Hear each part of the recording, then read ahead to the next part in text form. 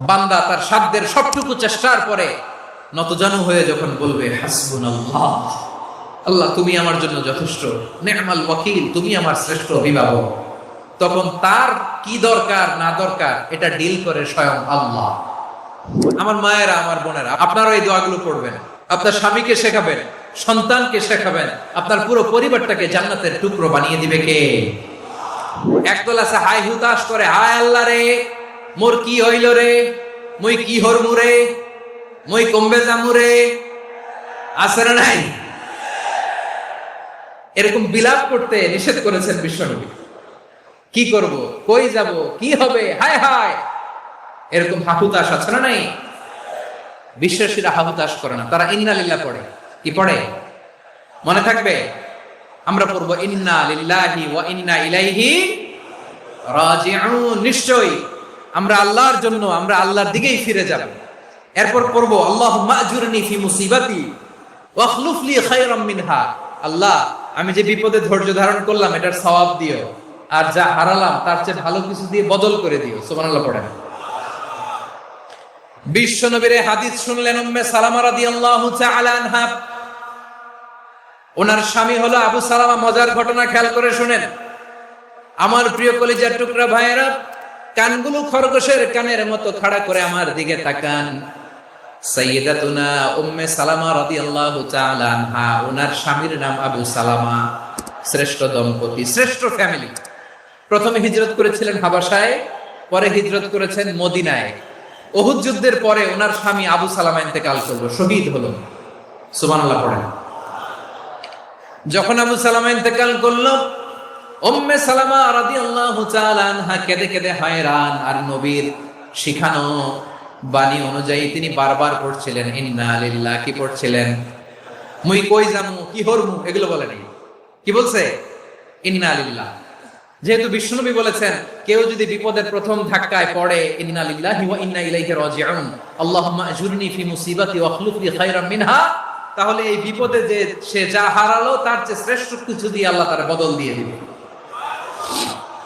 এই হাদিস শুনে উম্মে সালামা রাদিয়াল্লাহু তাআলা আনহা ওনার প্রাণ প্রিয় স্বামী আবু সালামার ইন্তেকালের পরে চোখের পানি ছাড়ে আর পড়ে ইন্না লিল্লাহি ওয়া ইন্না ইলাইহি রাজিউন, আল্লাহুম্মা আজুরনি ফি মুসিবাতি ওয়া আখলুফ লি খায়রাম মিনহা। বারবার এই দোয়া পড়ে চোখের পানি ছাড়ে, এই দোয়া পড়ে চোখের পানি ছাড়ে, আর মনে মনে বলে আবু সালামার মতো ভালো মানুষ মদিনাতে নাই, আবু সালামার চেয়েও ভালো মানুষ মদিনাতে নাই, তার চেয়ে ভালো মানুষ কি করে আল্লাহ তাআলা আমারে দিবে, তার চেয়ে ভালো মানুষ তো আমি মদিনাতে দেখি না। চোখের পানি দিয়ে বুক ভাসায় আর নবীর হাদিসের উপর আমল করে পড়ে ইন্না লিল্লাহি ওয়া ইন্না ইলাইহি রাজিউন, ইন্না লিল্লাহি ওয়া ইন্না ইলাইহি রাজিউন। পড়তে পড়তে চোখের পানি ছাড়ে আর চিন্তা করে বিশ্বনবী বললেন এই দোয়া পড়লে যেটা হারালাম তার চেয়ে ভালো কিছু দিয়ে আল্লাহ পুরস্কার দেয়। আবু সালামার চেয়ে ভালো মানুষ মদিনার মধ্যে আর কে হতে পারে? কি আজীব তামাশা, কি অবাক করা ঘটনা।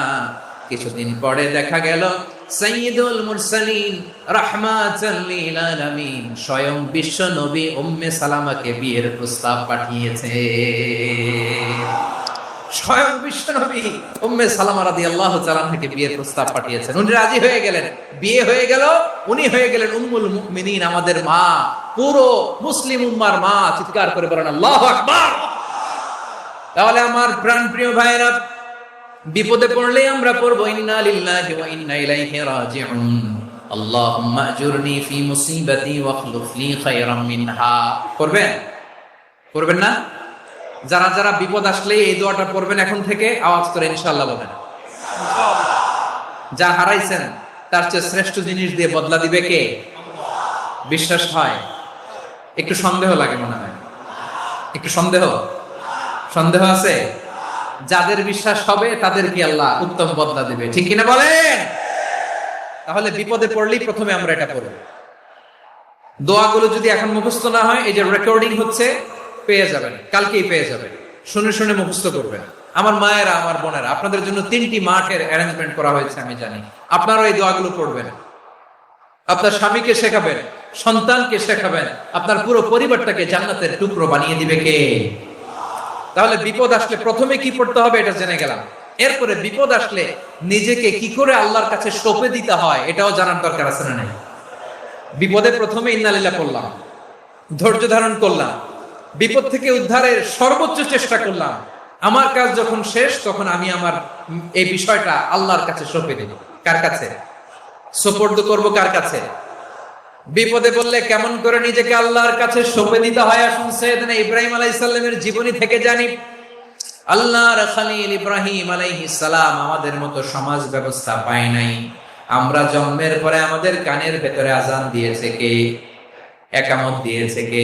আমাদের বাপদাদারা আমাদের কানে আজান দিয়েছে কি? দেয় নাই।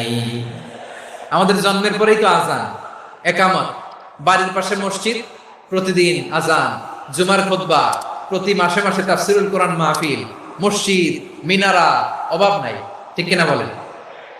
আপনি যেই সুন্দর ইসলামিক এনভায়রনমেন্ট পেয়েছেন, আমাদের ইব্রাহিম খলিল উনিও কি এরকম পেয়েছিলেন? হ্যাঁ, উনি জন্মের পর পরে ওনার কানে আজান দিয়েছে কেউ? আমার প্রিয় ভাইরা, আগা গোড়া একটা শিরকি পরিবেশ উনি জন্মগ্রহণ করেছেন। উনি ছাড়া ওই তল্লাটে একজনও আল্লাহর উপর বিশ্বাসী নাই। কল্পনা করতে পারেন? গোটা তল্লাটে, গোটা দেশে বিশ্বাসী মুমিন, আল্লাহর উপর বিশ্বাস স্থাপনকারী কয়জন? সবাই বলেন কয়জন? বাকি সব মুশরিক। বাকি সব মুশরিক নিজের সাথে নিজে শক্ত বোঝাপড়া করে, অ্যানালজি করে, সেলফ কনভারসেশন করে উনি মহা সত্যের সন্ধান পেয়েছেন। উনি আকাশের তারা দেখে ভাবে মনে হয় এটাই আমার খোদা, পরে দেখে তারা নাই, মনে মনে বলে না তাইলে এটা না। আবার চাঁদ দেখে বলে চাঁদটা বড় মায়া লাগে, মনে হয় এটাই আমার রব, পরে দেখে চাঁদও নাই, হয় না এটা না। এরপরে দ্বীপ প্রহরের জলজলে সূর্যটা খা খা করে গোটা পৃথিবীটারে রৌদ্র দিয়ে তাতিয়ে রাখে। তিনি ভাবলেন মনে হয় এটাই আমার রব, কারণ এটাই তো সবচেয়ে বড়। কিন্তু বিকেল বেলা ওই সূর্যটাও যখন চলে যায়, সাইয়েদনা ইব্রাহিম বলে না এটাও তো নাই, আমার খোদা যদি আমারে ছেড়ে চলে যায়, বিপদে পড়লে আমারে উদ্ধার করবে কে? এভাবে নিজের সাথে অ্যানালজি, সেলফ কনভারসেশন করতে করতে করতে তিনি মহা সত্যের সন্ধান পেয়েছেন। সুবহানাল্লাহ।